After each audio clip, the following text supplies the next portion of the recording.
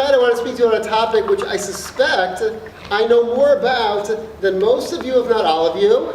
I was thinking if I was going to speak sometime for Avu Sabanim, the Father-Son Learning Program of the Yeshiva, I would tell people almost confidently that I think I know more about it than any of you in the yeshivas, but not everyone here went to yeshiva growing up, including, and I myself did not.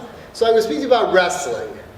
I'm going to speak to you about wrestling because in last week's Torah portion, we know that Yaakov, Jacob, he wrestled with a mysterious figure, with an angel. Our tradition says it was the Sar Shel Esav, who was the guardian angel of Esau, his twin brother, and they wrestled throughout the night. We don't know how long it went exactly, but it says they went until the morning light, and so if they started to be 5 minutes before the morning light, it wasn't so long, but it sounds like it was a long wrestling match.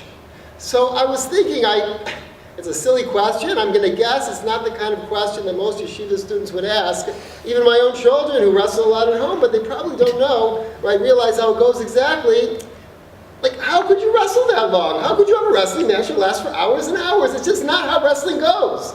I'll tell you, I didn't look it up. It's been a long time, unfortunately. I won't tell you, okay, how long exactly since high school, a little bit of wrestling in college even. I think high school it's 3 periods of 2 minutes each. I think the Olympics might be 3 periods of 3 minutes each. I don't remember, but it's 9 minutes altogether. Is it 10? Like, how long could you go and have not one person? The problem is that it says that he couldn't overcome him. Neither one could overcome the other one. How long could you go without someone overcoming the other one? Even if, it's pretty even, eventually, 10 minutes, 15, you can't go very long. 2 men, women, even 2 women, I can never be struggling it out, and one of them won't overcome the other. It's got to turn in one direction. That's just how this is how it goes. And I thought, how could it be? How could it be? And I was thinking, and again, this is the kind of question I would think about. And then I remembered one match that I had, which was the most boring match I ever wrestled. And that was, when I was a little bit younger, at the beginning of high school, there was a certain tournament for the younger people on the team, so that they allowed 2 people per school to enter. Usually your team goes to a tournament, and there's one person every weight class. It's by weight class. There are about 12 weight classes. And then your team, if your team does the best, every single person, so that you would win or come in whatever place. So we had 2 people from my team in this tournament, a small-time tournament, and it was like the semifinals, and I was against somebody from my school, from my high school. And it was somebody who I practiced with a lot. And we were, obviously we're on this, now with wrestling always around the same way because they're weight classes, but we had the same coach, and we had the same training throughout, not just this season, but I think we were on the team, I think I was in 10th grade at the time, so we were in 9th grade together, and the same moves, the same drilling over and over and over and again, plus we wrestled with each other a lot. We're pretty evenly matched. We really were pretty even.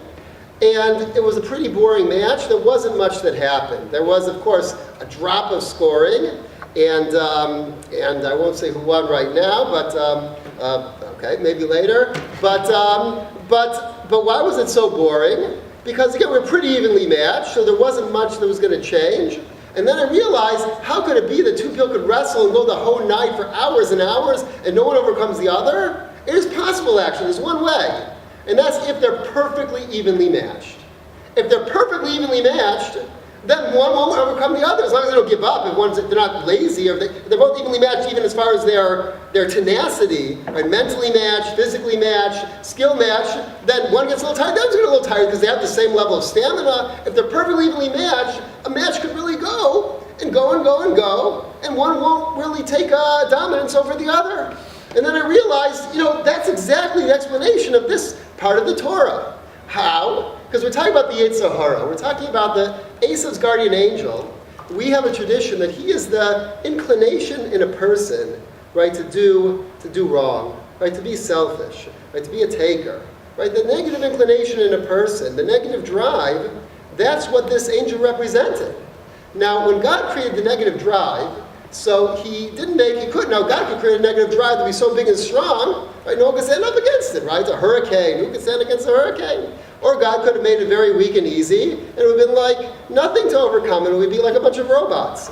But the God system, right, the divine system is that everybody's Yetzer Hara, everybody's negative inclination is exactly designed to fit them, to fit us where we are right now. Our personal moral level, our level of doing mitzvahs where we are right now, how committed we are, how much we're doing it, how hard we're trying, how meticulous we are. Exactly where we're at now, that's the Yetzer Hara that we have.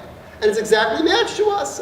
And since it's exactly matched to us, if we stand up strong against it, it won't overcome us. Of course, we'll make mistakes because some things are above our level. But we will be able to stand up against it because it's always on our level.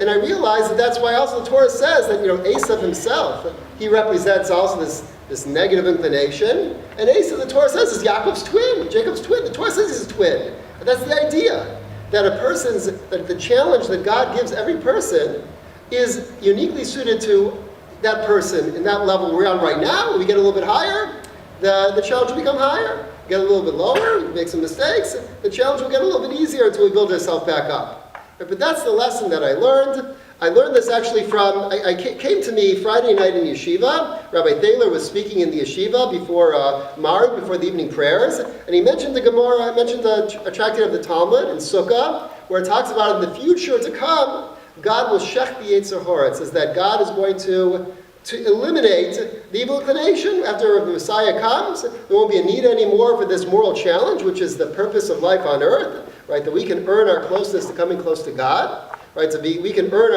our place as great moral people. And it's the God's going to shecht it. And it says that in that section of the Talmud, it says that the righteous people will be crying and the wicked people will be crying. It says, why will the righteous people be crying? Because they'll finally see what the Yetzer Hara looks like, and it'll look like a giant mountain to them. They'll be like, how do you overcome that giant mountain?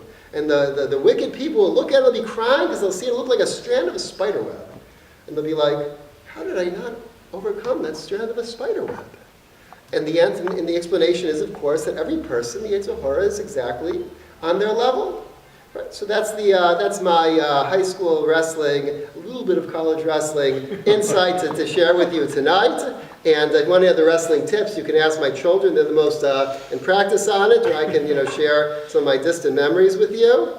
And I want to wish you all a tremendous success as well in your personal wrestling matches and all of our personal wrestling matches. Really, what's going on inside of us with our own Yetzer Haras, and in an early happy Hanukkah.